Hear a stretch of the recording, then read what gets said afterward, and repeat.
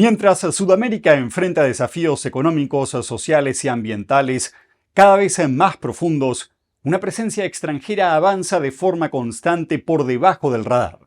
En el mar, enormes flotas industriales operan en los límites de la legalidad, alterando ecosistemas, presionando recursos estratégicos y poniendo en jaque a comunidades enteras. Y en tierra firme, redes criminales sofisticadas logran instalarse en zonas claves ocultas tras fachadas comerciales, moviendo millones y penetrando estructuras que deberían proteger a la sociedad.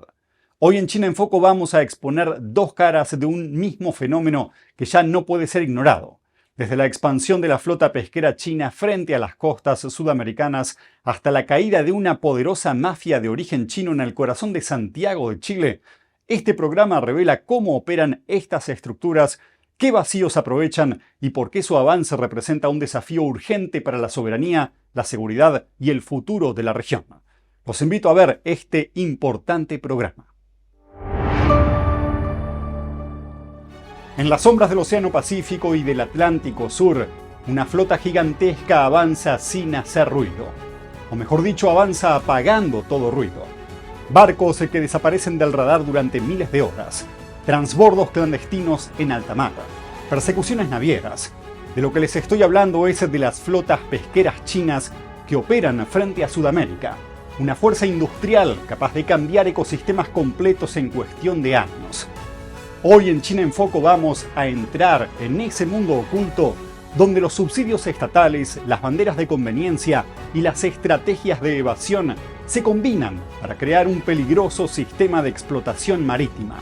Un sistema tan vasto y tan opaco que si no lo iluminamos ahora, podríamos presenciar la desaparición silenciosa de algunas de las especies más importantes del hemisferio. Y con ellas, el futuro económico de miles de familias latinoamericanas. Estén preparados, porque lo que vamos a revelar no solo impacta, inquieta. El tema ya se convirtió en algo extremadamente serio, tanto por el peligro para la fauna marítima como por el peligro que implica para la pesca y los recursos locales de distintos países, entre los cuales podemos destacar a Perú, Chile y Argentina. La presencia de la flota pesquera china en aguas sudamericanas no es algo reciente. Viene ocurriendo desde hace más de 10 años y con el tiempo se agrava más y más. Una de las particularidades es que dejó de ser algo estacional o transitorio y se convirtió en algo permanente. Tanto es así que comenzó a modificar el patrón de rutas, el desarrollo de actividades e incluso equilibrios geopolíticos.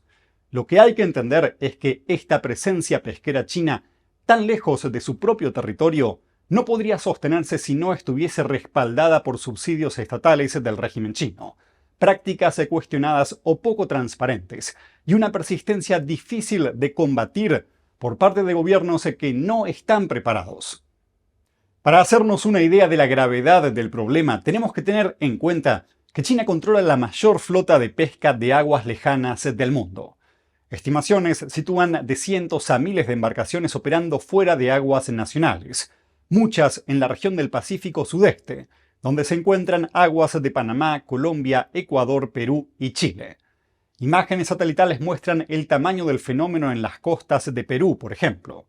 Según el periódico Infobae, registros recopilados por organizaciones ambientales entre 2014 y 2020, las horas del esfuerzo pesquero de la flota china en la región pasaron de 278.000 a más de 1.2 millones y las operaciones se parecen ir en aumento. En 2018, Perú detectó pesqueros chinos realizando faena ilegal dentro de su zona económica exclusiva. Y a partir de entonces implementó restricciones, como la obligación de usar un sistema satelital provisto por el Estado peruano. Pero China se negó a cumplir, rechazando cualquier mecanismo independiente que permita rastrear a sus barcos. Como consecuencia, un menor número de barcos chinos empezaron a atracar en puertos del país. Luego, en 2024, a raíz de la detección de más irregularidades de pesqueros chinos, Perú cerró del todo la puerta a los barcos que se resisten a la transparencia. Aún así, esta flota sigue teniendo un gran impacto en las pescaderías locales de Perú y otras zonas, de tal forma que la llegada masiva de estos buques coincide con la caída drástica en captura del calamar y especies locales, afectando medios de vida de pescadores artesanales e impactando fuertemente en la seguridad alimentaria regional. Y en este contexto de invasión de barcos ocurrió algo bien llamativo en 2024. Chile, bajo el gobierno de Gabriel Boric, parece haber salido al rescate de la flota china, ofreciéndose como un nuevo centro de apoyo logístico que está cambiando el mapa. Desde mediados de 2024, los puertos del norte del país, principalmente los puertos de Arica e Iquique, comenzaron a recibir barcos chinos con una frecuencia nunca antes registrada. En la entrevista con Infobae, el investigador y especialista en conservación marina, Milko Schwarzman, explicó que no se trata de un acontecimiento casual, porque, según sus palabras, China solo utiliza puertos que no controlen a sus pesqueros, y añadió que no se pueden explicar del todo las razones de por qué Chile les está abriendo la puerta. Se sabe incluso que entre los barcos que atracan en puertos chilenos hay embarcaciones sancionadas internacionalmente por pesca ilegal, trabajo forzado y violencia. Por otra parte, para las comunidades pesqueras chilenas, la llegada de estos barcos representa una competencia desigual, y mientras ellas cumplen con rigurosas normas locales, la flota extranjera china apenas pasa por controles y además es subsidiada y financiada por el Estado chino mediante combustible, construcción de barcos y reembolsos. Pero esta medida de Chile a favor de China no es la única que está causando sorpresa. Hace aproximadamente un mes reportamos en este canal sobre una nueva iniciativa en proceso entre ambos países, llamada Cable Chile-China Express. Se trata de un cable submarino de Internet que conectaría directamente Chile con China a través de Hong Kong. Este proyecto para numerosos expertos representa un gran riesgo, no solo para Chile, sino para toda Latinoamérica, porque mucha información comenzaría a transitar por estos cables que caen bajo las regulaciones chinas, por lo que cuantiosos datos de ciudadanos, gobiernos y empresas podrían caer en manos del Partido Comunista Chino o PSC. Lo llamativo, una vez más, es, por un lado, la falta de transparencia de esta iniciativa pese a todos sus riesgos, y por el otro, que se presente cuando ya hay otro proyecto en marcha con Google que cumple con todas las regulaciones y transparencias necesarias. Analistas tienden a pensar que la postura adoptada por Chile hacia China podría estar obedeciendo a algún giro logístico o estratégico. A todo esto se suman las sospechas de que China también podría estar camuflando muchos de sus barcos pesqueros utilizando las banderas de otros países, en muchos casos sin tradición pesquera, como Camerún o Vanuatu. Según una investigación de Milko Schwarzman, varios de estos barcos tripulados por chinos con pabellones extranjeros nunca estuvieron en los países cuyas banderas enarbolan. Por ejemplo, en enero de 2025, una de estas embarcaciones fue detectada realizando pesca ilegal dentro de la zona económica exclusiva de Argentina, otro de los países muy afectados por estas actividades. Pero eso no es todo. Entre otras prácticas que son motivo de grandes preocupaciones, también se pueden mencionar el frecuente apagado de los transpondedores, con lo que se pierde de vista a los barcos, transbordos de alta mar que ocultan el origen de las capturas, la presencia de estos barcos cerca de áreas protegidas y reservas, desinformación y falta de transparencia en reportes oficiales y más, mucho más.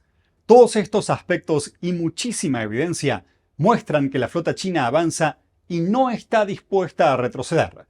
Representa además un riesgo compartido para toda Sudamérica y se transformó en una preocupación permanente para especialistas del sector marítimo y para numerosos sectores locales que se sustentan de la actividad pesquera que está sufriendo pérdidas millonarias año tras año en favor de toda esta competencia desigual. Hoy la presencia de la flota pesquera china ya no es un fenómeno lejano ni un dato técnico. Es una realidad que está alterando economías, ecosistemas y decisiones políticas en toda Sudamérica. Frente a un adversario que opera con recursos estatales, estrategias opacas y un avance cada vez más agresivo, la región se enfrenta a un desafío que ningún país puede resolver solo.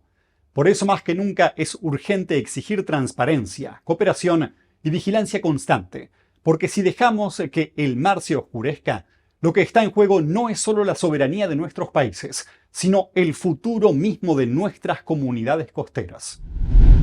Si alguno de ustedes tiene información, testimonios o han vivido de cerca alguna situación vinculada a este tema, los invito a compartirlo con nosotros. Cada dato, por pequeño que parezca, puede ayudar a arrojar luz donde otros se prefieren mantener la oscuridad.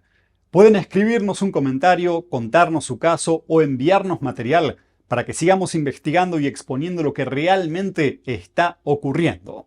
Su voz es clave y juntos podemos llegar mucho más lejos.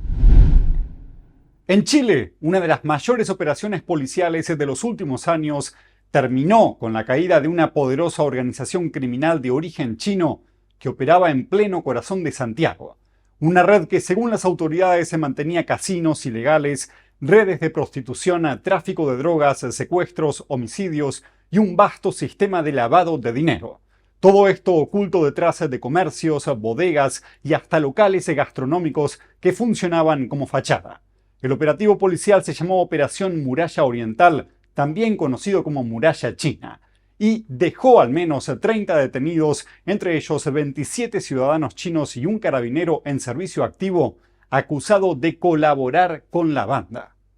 La operación, dirigida por la Brigada Antinarcóticos de la Policía de Investigaciones de Chile, o PDI, junto a la Fiscalía Centro-Norte del país, se ejecutó durante la madrugada del miércoles. Fue un despliegue masivo en el que se realizaron 63 allanamientos simultáneos en comunas como Santiago, Estación Central, Quinta Normal y Providencia.